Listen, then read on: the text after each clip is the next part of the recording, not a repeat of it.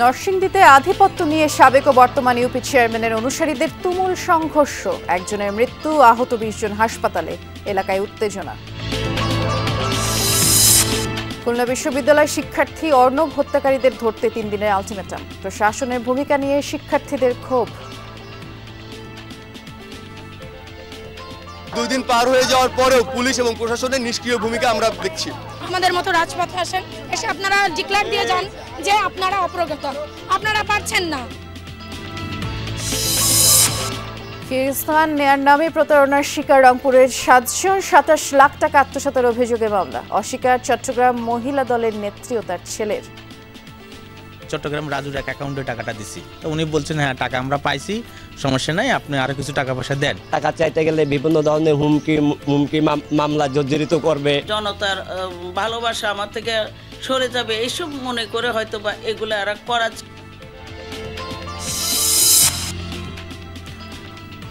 তুরাক পাড়ে চলছে ইজতেমার প্রস্তুতি। প্রথম ধাপে অংশ নেবেন জুবায়েরপন্থীরা, থাকবে কয়েক স্তরের নিরাপত্তা। নিজের হাত দিয়া কিছু কাজ করতে পারছি, এটার ভিতরে একটা আলাদা আত্মতৃপ্তি আছে। এই কাজটা অত্যন্ত আনন্দের সাথে আমরা করি। আমরা আশা করছি যে আমরা সুন্দরভাবে ইজতেমার কার্যক্রমটি সম্পন্ন করতে পারব।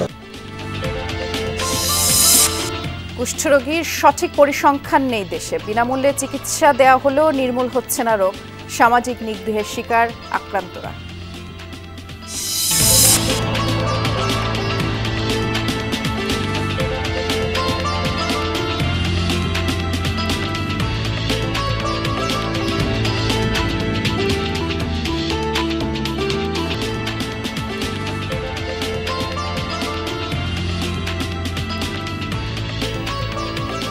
বিরতিহীন সংবাদ সারাদেশে আমন্ত্রণ জানাচ্ছি সবাইকে। নুসরাত বৃষ্টির সাথে আছি। শিরোনামগুলো শুনছিলেন।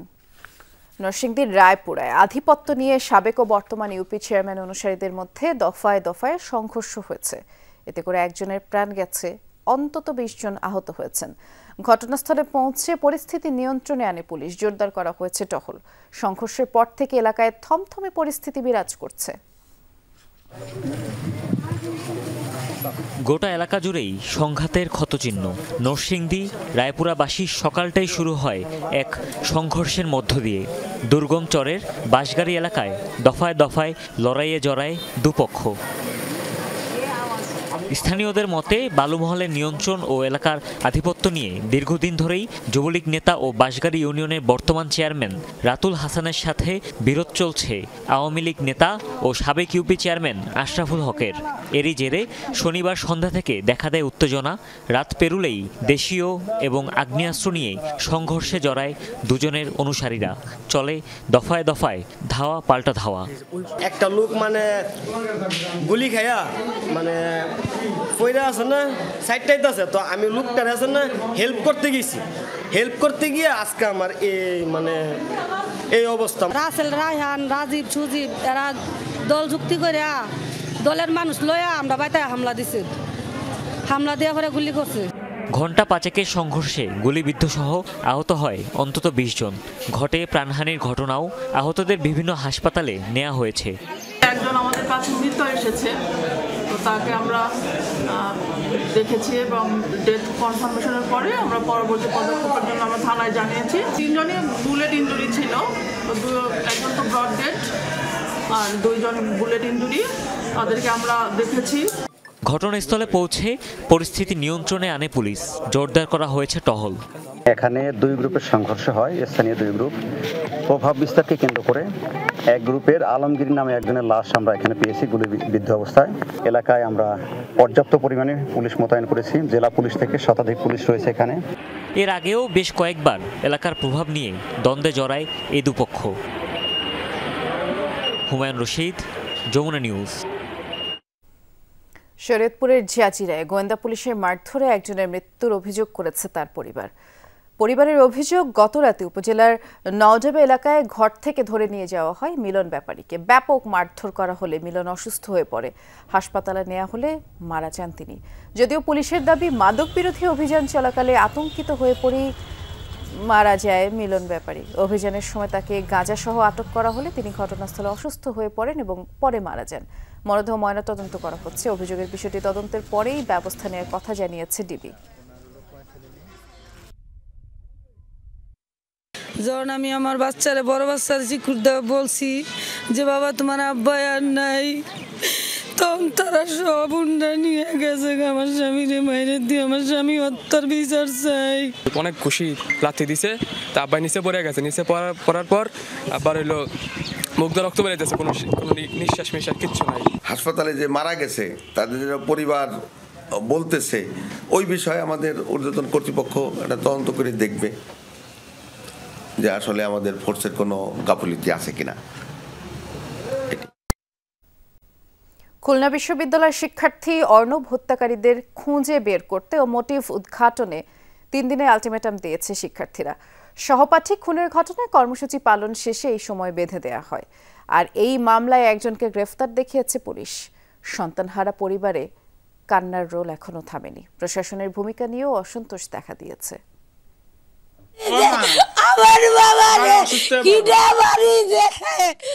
মা জানতেন ছেলে মারা গেছে সড়ক দুর্ঘটনায়, কিন্তু ধীরে ধীরে পরিষ্কার হয় সব। বুঝতে পারেন বুকের মানিক খুন হয়েছে তার। আমি আমার বাবার গায়ে আমি কোনোদিন একটু মারিনি। খুলনা বিশ্ববিদ্যালয়ের ব্যবসা ডিসিপ্লিনের মাস্টার্সের শিক্ষার্থী অর্ণব কুমার সরকারের শোকাহত পরিবারে এখন কেবলই কান্না। ক্ষোভ আছে প্রশাসনের ভূমিকা নিয়ে। আমার বাবাকে নিয়ে আমার কত স্বপ্ন ছিল। আমার বাবা চাকরি করবে, আমার নেই। আমার বাবা চাকরি বাদা করে। আমার পুলিশের ভূমিকা নিয়ে একটু আছে। যে একটা সংবাদে দেখলাম, কে সাংবাদিক, যে পুলিশ বলতেছে আমার ছেলে নাকি কোন দলের সদস্য ছিল। এটা তীব্র প্রতিবাদ জানাই আমি। প্রতিবাদ স্বরূপ মানববন্ধন করেছে অর্ণবের বন্ধু আর সহপাঠীরা। 3 দিনের মধ্যে হত্যার কারণ উদ্ঘাটন ও জড়িতদের শনাক্ত করা না হলে রাজপথে নামার হুঁশিয়ারি দিয়েছেন তারা। 2 দিন পার হয়ে যাওয়ার পরেও পুলিশ এবং প্রশাসনের নিষ্ক্রিয় ভূমিকা আমরা দেখছি। আপনাদের প্রশাসনের দায়িত্ব পালন করতে না পারেন, আমাদের মতো রাজপথে আসেন, এসে আপনারা ডিক্লেয়ার দিয়ে যান যে আপনারা অপ্রগত, আপনারা পারছেন না। যদি খুনের বিচার না হয় তাহলে আমরা আমাদের ভাইয়ের জন্য আরো কঠোর ব্যবস্থা নিব। অর্ণব হত্যার পর শনিবার অজ্ঞাত 25 থেকে 30 জনকে আসামি করে সোনাডাঙ্গা থানায় মামলা দায়ের করেন বাবা নীতিশ সরকার। এ মামলায় সহপাঠী খালিদ, ফাহিম ও রব্বানীকে জিজ্ঞাসাবাদের জন্য হেফাজতে নিয়েছিল পুলিশ। 2 জনকে ছেড়ে দিয়ে গোলাম রব্বানীকে গ্রেফতার দেখানো হয়েছে। অর্ণব, ফাহিম আর খালিদ যে জুনিয়র, তাদেরও যাওয়ার কথা ছিল। এখন সেই এসে তাদের খালিদ, ফাহিম আর আমার হাজব্যান্ড তারা এখানে ছিল অলরেডি। আর অর্ণবকে ফোন করছে আমার হাজব্যান্ড। আমার ছেলে তো নিরপরাধ, সে তো ভালো, আমার ভালো ছেলে। আমার এই নর্থ অনুষ্ঠান থেকে পাশ করে আমার ছেলে বেরোয়েছে, তাহলে সে দুইজনের ছাড় দিল। আমার ছেলেরা কেন সে মামলা দিয়ে কি করলো? 3 জন তো এক জায়গায় ছিল। সম্পৃক্ততার প্রমাণ পাওয়ায় রব্বানীকে গ্রেফতার করা হয়েছে দাবি পুলিশের। রব্বানীর ডাকে সাড়া দিয়েই অর্ণব সরকার ঘটনাস্থলে আসে। তারপরে আর তার কারোর সাথে কোনো যোগাযোগ হয় নাই। তো তাকে আমরা জিজ্ঞাসাবাদ করে বেশ কিছু তথ্য পেয়েছি। গত 24 জানুয়ারি রাতে নগরীর তেঁতুলতলা মোড়ে দুর্বৃত্তদের গুলি ও অস্ত্রের আঘাতে নিহত হন অর্ণব সরকার। সাইফ আহমেদ, যমুনা নিউজ। জুলাই আগস্টের আন্দোলনে আহতদের চিকিৎসার জন্য চীনমৈত্রী হাসপাতালে আলাদা ব্যবস্থা রাখা হয়েছে। চীনেও 3টি হাসপাতালে তাদেরকে চিকিৎসার জন্য নির্দিষ্ট করে দেয়া হয়েছে বলেই জানিয়েছেন বাংলাদেশে নিযুক্ত চীনের রাষ্ট্রদূত H.E. ইয়াওয়েন। দুপুরে গাজীপুরের কালিয়াকৈরে একটি স্কুল প্রাঙ্গণে শীতবস্ত্র, খাদ্য সহায়তা বিতরণ অনুষ্ঠানে যোগ দেন রাষ্ট্রদূত। বলেন, আহতদের চিকিৎসায় ঢাকাতেও একটি হাসপাতাল তৈরির প্রকল্প নেওয়া হয়েছে। আর এটি বাস্তবায়িত হলে বাংলাদেশের মানুষের আধুনিক চিকিৎসা সেবা নিশ্চিত হবে। রাষ্ট্রদূত আরও জানিয়েছেন, পরিত্যক্ত বর্জ্য থেকে বিদ্যুৎ উৎপাদন কাজ শুরু হয়েছে। আগামী বছর থেকে দেশের মানুষ আরও সাশ্রয়ী মূল্যে বিদ্যুৎ পাবে। এই অনুষ্ঠানে জামায়াতে ইসলামীর আমির ডাক্তার শফিকুর রহমান উপস্থিত ছিলেন। চীন বাংলাদেশ সুসম্পর্কের বিভিন্ন বিষয়ে তিনি কথা বলেন। 1000-এর বেশি দুস্থ শীতার্তদের এ সময় সহায়তা দেওয়া হয়। বিশাল একটি দেশ চায়না, আপনারা বিভিন্ন পলিটিক্যাল পার্টিকে সেখানে সম্মানিত করছেন, দাওয়াত দিয়ে নিয়ে যাচ্ছেন।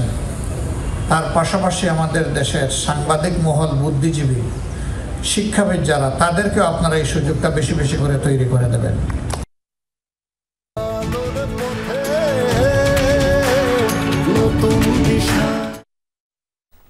নির্বাচনের সময় নিরপেক্ষ সাহসী প্রিজাইডিং অফিসারদের দায়িত্ব দেওয়া হবে বলে জানিয়েছেন নির্বাচন কমিশনার অবসরপ্রাপ্ত ব্রিগেডিয়ার জেনারেল আব্দুল ফজল মোহাম্মদ সানাউল্লাহ।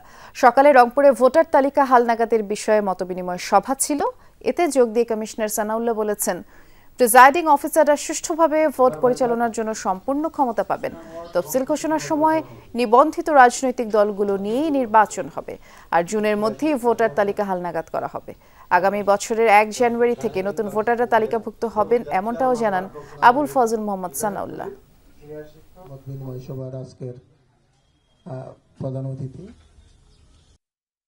আমাদের মাননীয় প্রধান নির্বাচন কমিশনার মহোদয় গত 3 দিন আগে একটি ইন্টারভিউতে পরিষ্কারভাবে আপনাদেরকে বলেছেন যে আমাদের তফসিল ঘোষণার সময় পর্যন্ত ওয়েট করতে হবে, দেখতে হবে যে সার্বিক রাজনৈতিক এবং বিচারিক প্রক্রিয়া কোথায় গিয়ে দাঁড়ায়, এবং সেই সময় যারা তফসিলভুক্ত থাকবে, নিবন্ধিত থাকবে, তাদেরকে নিয়ে ভোট অনুষ্ঠান হবে। ফ্যাসিস্টদের মুখপাত্র বা প্রচার মাধ্যম প্রত্যাখ্যানের দাবি কখনো ওঠেনি। দাবি উঠলে সরকারকে সেটা বিবেচনা করতে হতো বলে মন্তব্য করেছেন গণমাধ্যম সংস্কার কমিশনের প্রধান কামাল আহমেদ। দুপুরে সিলেট শিল্পকলা একাডেমি মিলনায়তনে প্রিন্ট ও ইলেকট্রনিক মিডিয়ার সাংবাদিকদের সাথে মতবিনিময় সভায় কামাল আহমেদ বলেছেন, আওয়ামী লীগ সরকারের সময় লাইসেন্সপ্রাপ্ত 36টি টেলিভিশন সম্প্রচারে আছে।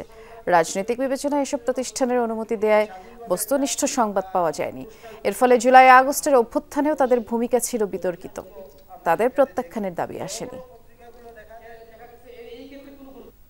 লাইসেন্স নেওয়ার জন্য আবেদনপত্রে লেখা হয়েছে যে তিনি আওয়ামী লীগ করেন, আওয়ামী লীগের একনিষ্ঠ কর্মী, এবং আওয়ামী লীগের আদর্শ এবং সরকারের, আওয়ামী লীগ সরকারের যে উন্নয়নের কর্মসূচি, যে উন্নয়নের কার্যক্রম, তা তুলে ধরার জন্য তিনি টেলিভিশন করতে চান, টেলিভিশন চ্যানেল, এবং তাকে যেন সেজন্য লাইসেন্স দেওয়া হয়, অনুমতি দেওয়া হয়। গণমাধ্যমে ফ্যাসিস্টদের চাই না, তাদের যে সমস্ত অনুমতি দেওয়া হয়েছিল সমস্ত অনুমতি প্রত্যাহার করা হোক, সেরকম দাবি কিছু ওঠেনি।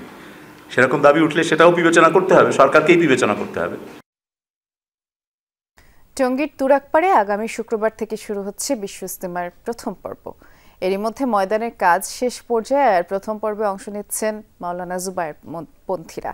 ইজতেমার 58তম আয়োজন নিরাপদ নির্বিঘ্ন করতে প্রস্তুতিও সেরেছে প্রশাসন।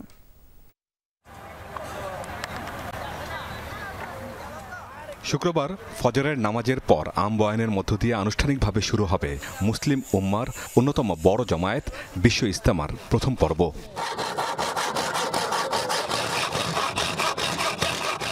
এরই মধ্যে 160 একর ময়দানের কাজ শেষ হয়েছে। বিদেশি নিবাসের পাশে প্রস্তুত মূল বয়ান মঞ্চ।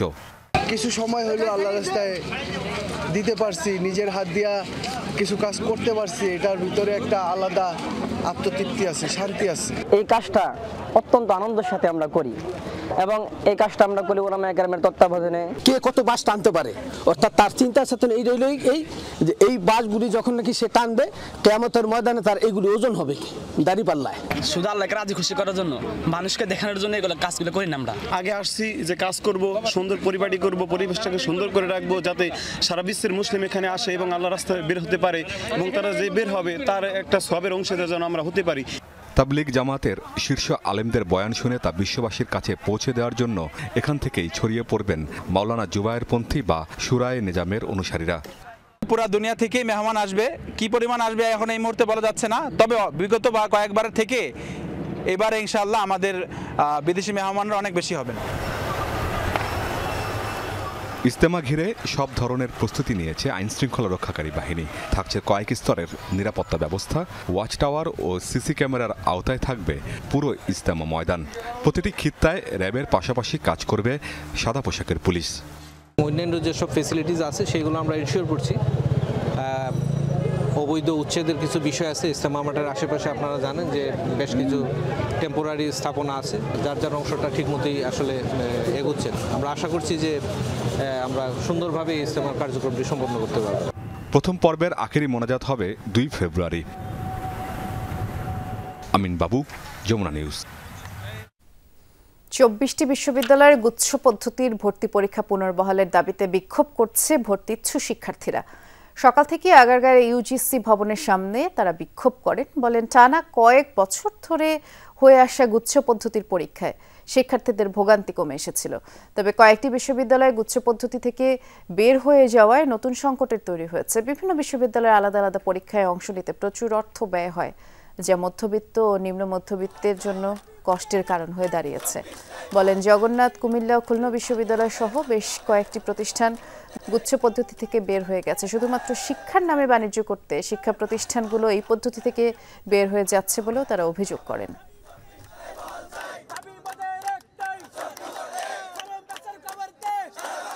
27 নভেম্বর থেকে এই কর্মসূচি শুরু। তারা আমাদের দাবাই রাখছে, বলে কি সমাধান হবে, একটা বানোয়াট এবং মিথ্যা আশ্বাস। 24টা বিশ্ববিদ্যালয়ে মাত্র একবার আবেদন ফি দিয়ে 24টা বিশ্ববিদ্যালয়ে একযোগে পরীক্ষা দেওয়া যেত। এখন সামান্য কিছু টাকার লোভে শিক্ষকরা, যারা জাতির মেরুদণ্ড, তারা সামান্য কিছু টাকার লোভে ফর্ম ব্যবসার জন্য তারা নিজস্ব পদ্ধতিতে পরীক্ষা নিতে চাচ্ছে। খাল খননের জন্য মাটি কাটার ভ্যাকু যাবে, আর তাই নিধন করা হচ্ছে শত শত গাছ। এতে করে স্থানীয়রা হতাশ। পানি উন্নয়ন বোর্ডের দাবি, গাছের যতটা সম্ভব ক্ষতি কম করেই প্রকল্প চলছে।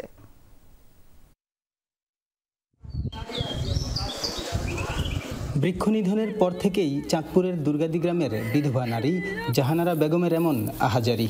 শুধু জাহানারাই নয়, তার মতো আরও অনেকেই নিরুপায় হয়ে কাটছে শখের বাগান।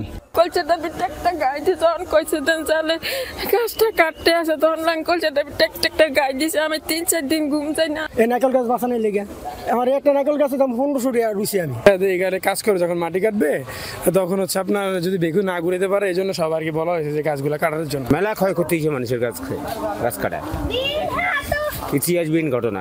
মাটি কাটার ভেকু মেশিন যাবে, তাই চলছে শত শত গাছ নিধন। নিরুপায় হয়েই গাছগুলো কাটা হচ্ছে বলছেন ক্ষতিগ্রস্তরা। এমন কাণ্ডের ভিডিও ধারণ করতে গেলে যমুনা টিভির ক্যামেরা বন্ধ রাখার হুমকি দেয় ঠিকাদাররা। আমরা তো খালের উপরে দিয়ে বেকুটা নিতে পারি না, তো এই কারণে একটু সাইডে দিয়ে মানে বেকুটা নিচ্ছি, যেহেতু আমাদের বেকুটার কোনো রকম যে খালটা কাটতে পারে। কমপ্লেন করছে যে আমাদেরকে একটু বেকুটা যাওয়ার মতন রাস্তা করে দেন, তো ওনারা করে দিচ্ছে। এটা ওনাদের সুবিধার জন্য করছে। সচেতন মহল বলছে, ভেকু চলাচলের জন্য গাছ নিধন কোনোভাবেই কাম্য নয়। প্রয়োজনে বিকল্প উপায় অবলম্বন করতে হবে। খাল খনন করবে, পানি নাব্যতা নিশ্চিত করার জন্য করুক, আমাদের কোনো আপত্তি নেই। কিন্তু বৃক্ষ নিধন করে ভিকুকে চালাতে গিয়ে আপনি গাছ কাটবেন, এটার কোনো মানে হয় না। পানি উন্নয়ন বোর্ড বলছে, গাছের যতটা সম্ভব ক্ষতি কম করে খাল খনন করা হচ্ছে। চলতি অর্থ বছরে 18টি প্যাকেজের মাধ্যমে প্রায় 50 কিলোমিটার খাল খনন করা হবে। কাদের পলাশ, যমুনা নিউজ, চাঁদপুর। ভারতের ৭৬তম প্রজাতন্ত্র দিবস উপলক্ষে দিনাজপুরের হিলি সীমান্তে শুভেচ্ছা বিনিময় করেছে বিজিবি ও বিএসএফ। সকালে চেকপোস্ট গেটে শূন্যরেখায় এই অনুষ্ঠানের আয়োজন করা হয়। বিজিবির হিলি আইসিপি কোম্পানি কমান্ডার শাহাদাত হোসেনের হাতে শুভেচ্ছার মিষ্টি তুলে দেন হিলি বিএসএফ ক্যাম্পের কমান্ডার রোহিত শর্মা। পরে বিজিবির পক্ষ থেকেও বিএসএফকে মিষ্টি দিয়ে শুভেচ্ছা জানানো হয়। এর আগে ভারতীয় অভিবাসন পুলিশের পক্ষ থেকে বিজিবি ইমিগ্রেশন ও কাস্টমসকে শুভেচ্ছা জানানো হয়।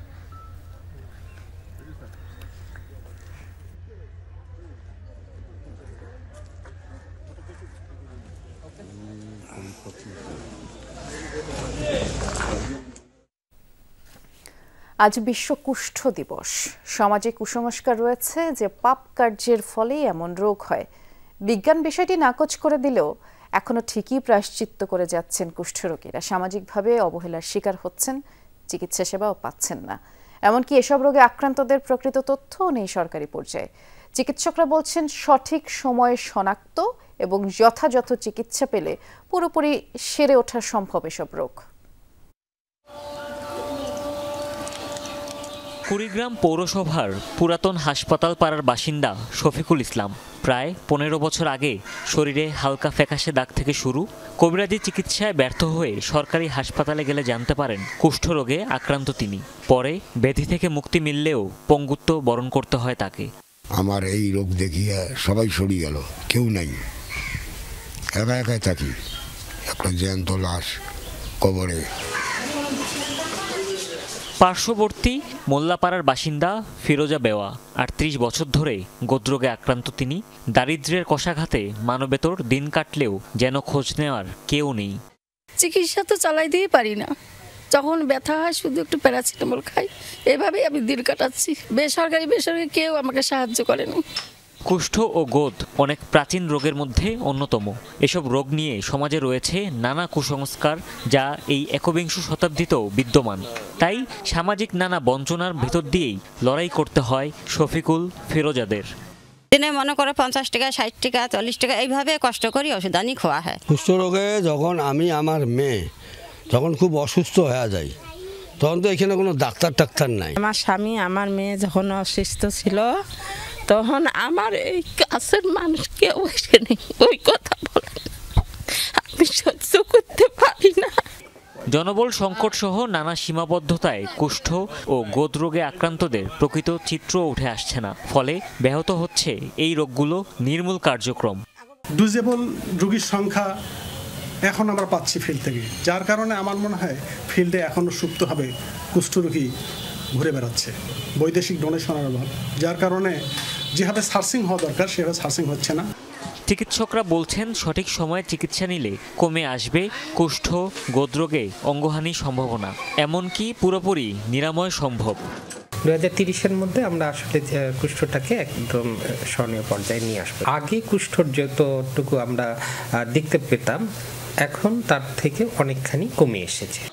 জেলার সরকারি তথ্যমতে 1981 থেকে 2024 পর্যন্ত কুষ্ঠরোগী শনাক্ত হয়েছেন 5340 জন, যদিও বাস্তবে এই সংখ্যা আরও বেশি। হুমায়ুন রশিদ, যমুনা নিউজ। 200 বছরের ঐতিহ্যবাহী শাপলেজা কুঠিবাড়ি রক্ষণাবেক্ষণের অভাবে এখন ধ্বংসের দ্বার প্রান্তে। ঐতিহাসিক এই স্থাপনাটি সংরক্ষণে প্রশাসনের উদ্যোগ চান স্থানীয়রা। আর প্রশাসন জানিয়েছে, প্রত্নতাত্ত্বিক সম্পদের তালিকায় পিরোজপুরের এই কুঠিবাড়ির নাম দেওয়ার চেষ্টা করা হচ্ছে।